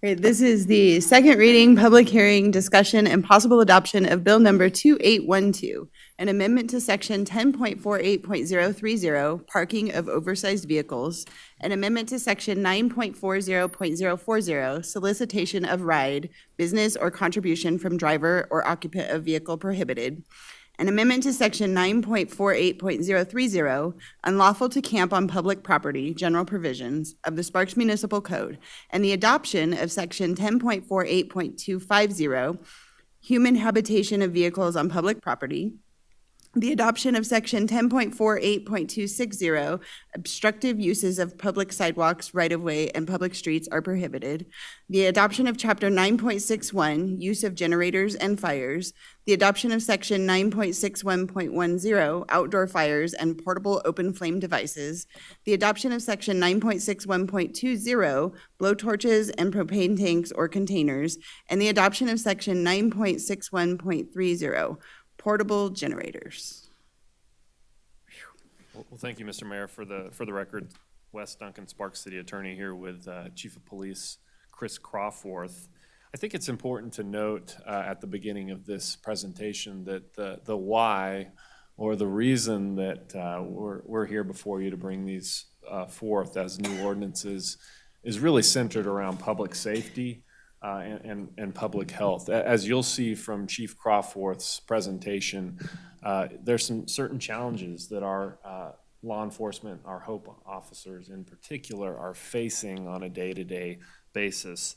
And as you all know, and as we've heard, the HOPE team does really amazing things throughout our community on a day-to-day basis, trying to connect our homeless and unsheltered folks in our community to services. And really, these ordinances are born out of their experience. They're on the ground happenings day in and day out, and the things that they're facing. So we certainly, as a community, and I think in the region, want to be a leader in this space, not only trying to connect people to services, but also realizing that when you have tried to connect folks to services and there's a resistance to that, that there's also an enforcement of the law that needs to occur. And so you can do both of those things well, but you have to do those things to have an effective strategy in that realm. I think it's also important, and Chief Crawford will certainly talk about this as well, is that the passage of these new ordinances is in no way going to stymie the efforts of the HOPE team in terms of, well, now they have these ordinances and they're not going to continue to do their mission. If anything, this allows them to do their mission in a greater way because they'll have these tools. And certainly our office, from the city attorney perspective, our office needs these tools as well to be able to enforce the law within our jurisdiction, to ensure public safety, and to ensure public health. What I would like to just topically provide for us as a summary, and then I'll turn it over to Chief Crawford, who will walk us through some of the different challenges and hurdles that we're facing. But the summary of the changes before you there's 6 major changes. The first is that these ordinances reduce the size of oversized vehicles from the current 24 feet to 15 feet. And Chief Crawford can talk to you a little why this is important. We're adding provisions to our code to prevent human habitation or people living in a vehicle on our public roadways. We're passing an ordinance that prohibits the blocking of public sidewalks, right-of-ways, and our streets. We're also passing an ordinance that prohibits the obstructing of traffic to solicit drivers in our roadways for public safety reasons. We also are aiming at prohibiting open fires on public property without a permit or within designated areas. And finally, these ordinances before you will prohibit the camping on the Truckee River corridor out to 1,000 feet. And certainly you'll see pictures of our river corridor, why this is important. With that, certainly I can answer any questions as we're moving through the presentation, but I'll turn it over to Chief Crawford. Good afternoon, Mayor Lawson, members of City Council. As Wes has said, focusing on public safety, and really for a little background, the HOPE team has been a full-time team for the police department for 3 years now as of last month. We will absolutely continue a resource-first approach with folks. We are seeing the majority of the folks that we contact are recontacts, meaning most people that want services have accepted those services. And now we hit a point where our residents and our business owners leave frustrated because we're at a point where we cannot do much more for them because of our inability through our codes. And we leave the scene and they still have some concerns with some folks being around their residents, their businesses. As I've stated, the homeless outreach team needs more tools. This really has come from them about the things they're seeing most often, the things that will hopefully steer them, as Mr. Duncan said. We do have, to remind you, a community court that we went into an agreement with last year. It's run through our court into Reno Municipal Court. These are misdemeanor violations that if we went down that path, the majority of those will transfer into the community court so that people have another opportunity to not get wrapped into our jail systems.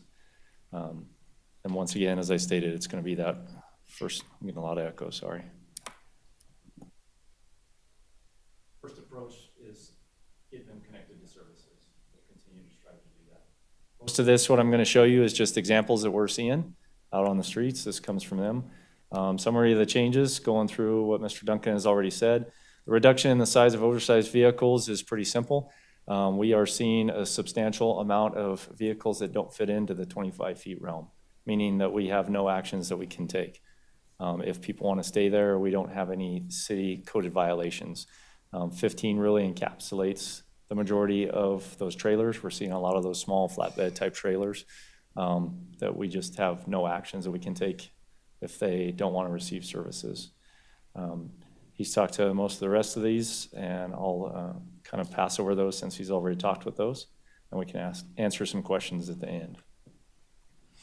Another point I want to highlight, what's happening right here is a recreational vehicle on city streets that the city and the taxpayers are having to deal with. So the semi truck that you see is owned and operated by the city of Sparks. The lift that is lifting that vehicle is owned and operated by the city of Sparks, which means we're using a lot of taxpayer dollars to deal with the situations we're seeing out there.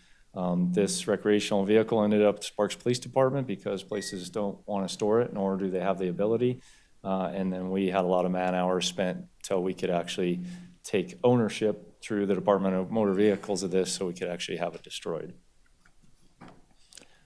This, if I recall correctly, was just getting off the Sparks Boulevard off-ramp last summer.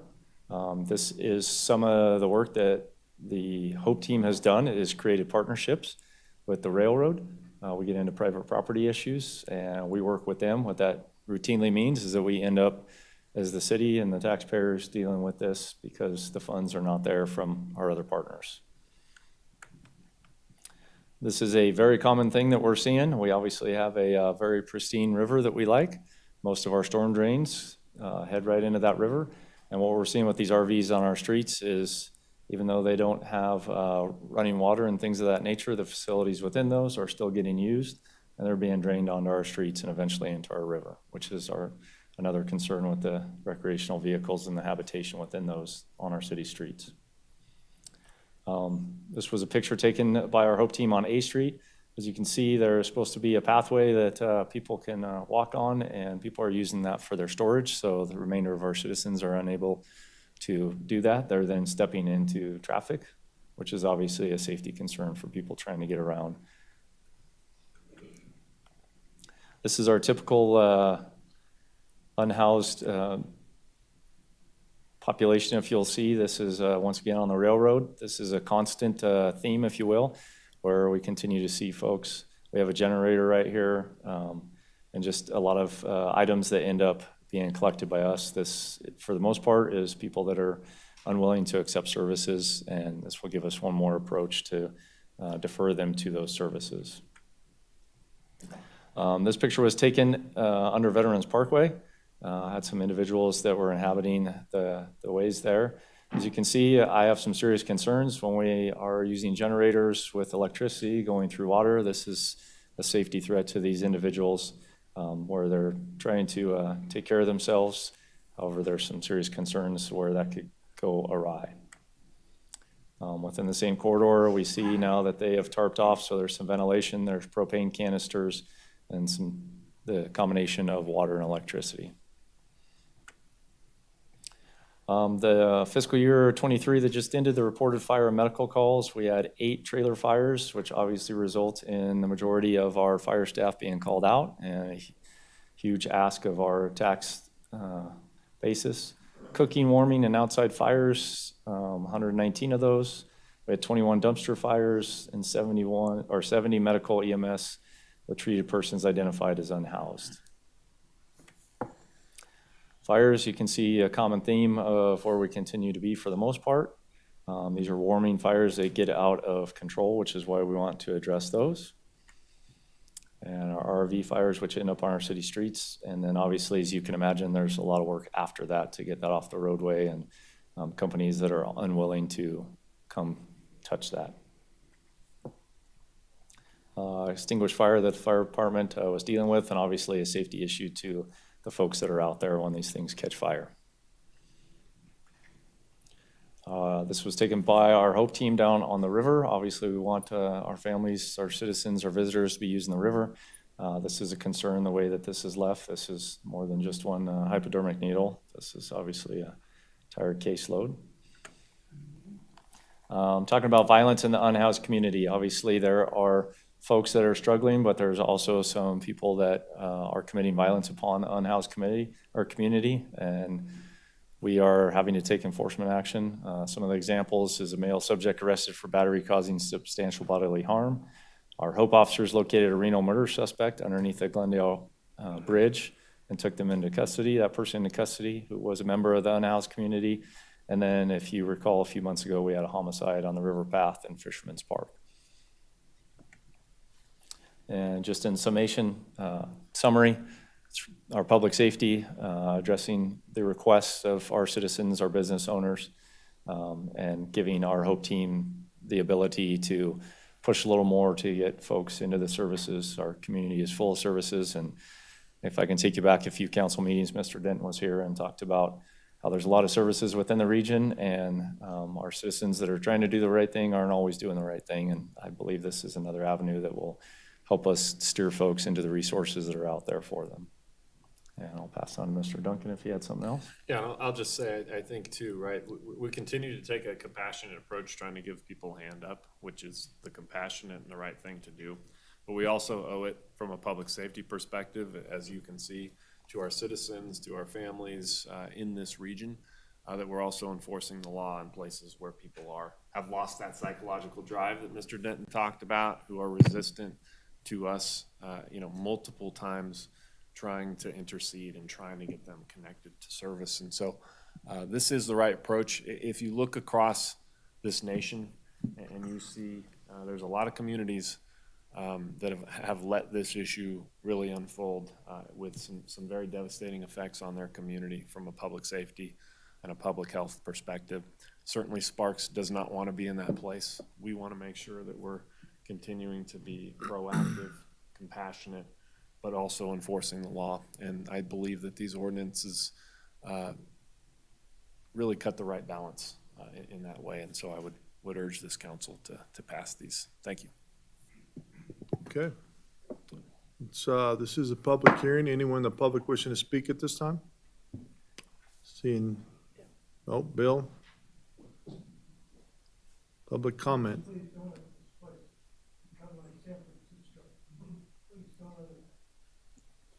Thank you, Bill. All right, bring it back to the dais. Questions from the council? You must have done a perfect presentation. Mr. Dare. You did a great presentation. When does this go into effect? And how does that work? I think it's fantastic that you guys are paying attention to these things, and the more tools we can give, and the balance, I think, is there. But so is this something that we still have more steps to do? Or is this going into effect immediately? And how does that lay out? For the record, Wes Duncan, so it would become effective upon a passage of the city council if you choose to pass it today. And the reason for that is that, this is in response to what our Hope officers are telling us that they need. Okay, anyone else? Mr. Anderson. Just want to thank you guys for the presentation, and likewise, put the word out there. Our Hope team is doing incredible work. I am so thankful for them.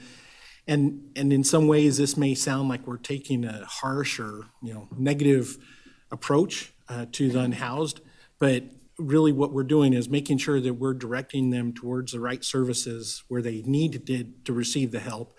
And likewise, assisting our residents and businesses that have these encampments, in some cases, literally bumped up against their property and concerned about fires and things like that. So I'm so glad that we're able to do this, and likewise that the Hope team brought this to us. They're doing great work. Now we need to do our part to help support them. So thank you. Anyone else? Well, I will tell you, I gave a speech at Vegas down there for League of Cities, and a lot of people were really, really impressed with our Hope team and how we're doing it. We're taking that service first approach, and a lot of them are, you'll be hearing from them, Chief, because they liked what they heard. Mr. Martini. Thank you, Mr. Mayor. City Attorney Duncan, for clarity, our motion has these amendments coming into effect on September 1st, which I think is a little different than what you identified to the council. Could you clarify it for us? If we need to amend the motion, we'll do so. Give me just a second, thanks, Mr. Martini. September 1, it says it. Could make it effective midnight tonight.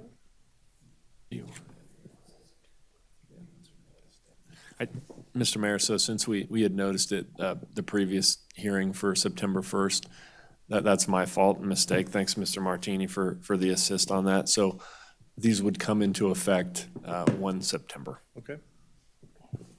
Perfect. So that, with that, then I'm looking for a motion. We did our public hearing. Ms. Vanderwell. You have to put glasses on. Yeah, Donald didn't want to say this one. No, I my noticed, glasses. and he forgot his glasses. I move to adopt Bill number 2812, an amendment to section 10.48.030, parking of oversized vehicles, and amendment to section 9.40.040, solicitation of ride, business, or contribution from driver or occupant of vehicle prohibited, and an amendment to section 9.48.030, unlawful to camp on public property, general provisions of the Sparks Municipal Code, and the adoption of section 10.48.250, human habitation of vehicles on public property, the adoption of section 10.48.260, obstruction uses of public sidewalks, right-of-way, and public streets are prohibited, the adoption of chapter 9.61, use of generators and fires, the adoption of section 9.61.10, outdoor fires and portable open flame devices, and adoption of section 9.61.20, blow torches and propane tanks or containers, and the adoption of section 9.61.30, portable generators, amending Sparks Municipal Code effective on September 1st, 2023. Okay, Mr. Anderson. I will second that. Got a motion and a second. Any further discussion? I just one point of discussion, Mr. Duncan, is any of this doesn't go awry of Martin v. Boise. It does not, because in terms of, sorry, for the record, Wes Duncan, the Boise v. Martin case says that in the enforcement of the law, you have to have a shelter and a bed available. So my understanding is that in every case, if there is an arrest that's going to be made, the city of Sparks does make that call to ensure that there is a bed that is in place, and usually there is. If not, that they don't go arrive of Boise v. Martin.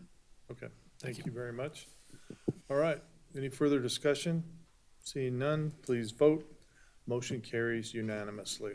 Thank you, gentlemen. Thank you. All right, public comment. Anyone in the public wishing to speak at this time? Bill, you're the only public left. I'm going to talk about 7.2. That one has to be based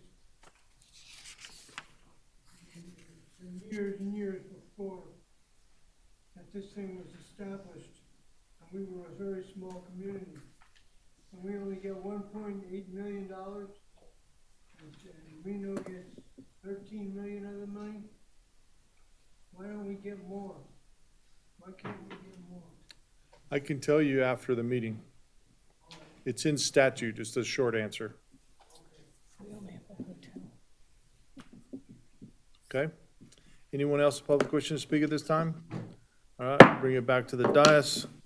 We move on to comments from the mayor, city council, city manager, Mr. Martini. No comments, Mr. Mayor. City council, you have anything? Dragon boats, Saturday? Saturday, 8 You- a.m. You got your crew? We can use one more, go on in. Okay, any of you who think you can paddle a boat, volunteer, please. Because I'm not getting on the boat. Anyone else? You got anything? Just got one quick thing. We did put out a accommodation for Purple Heart, and just so any Purple Hearts out there in our city, just it's a big week for them. Had Purple Heart Day last weekend, so thank you for your sacrifice. Thank you for your service. Okay. With that, we're on to adjournment.